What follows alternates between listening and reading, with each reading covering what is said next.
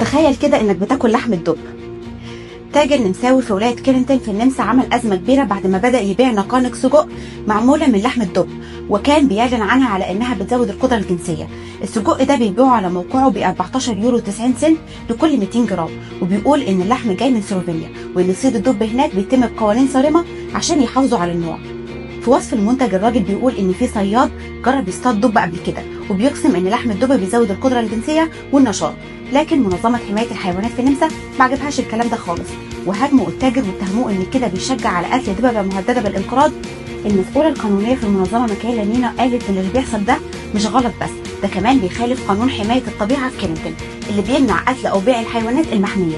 المنظمه كمان انتقدت ولايه كيرنتن نفسها وقالت انها معروفه بعدم احترامها للحيوانات اللي المفروض تكون محميه زي الدب والذئب والقندس وثعلب الماء، وقالوا ان في وقت العالم كله بيحاول يحافظ على التنوع البيولوجي كيرنتن ماشيه عكس الاتجاه.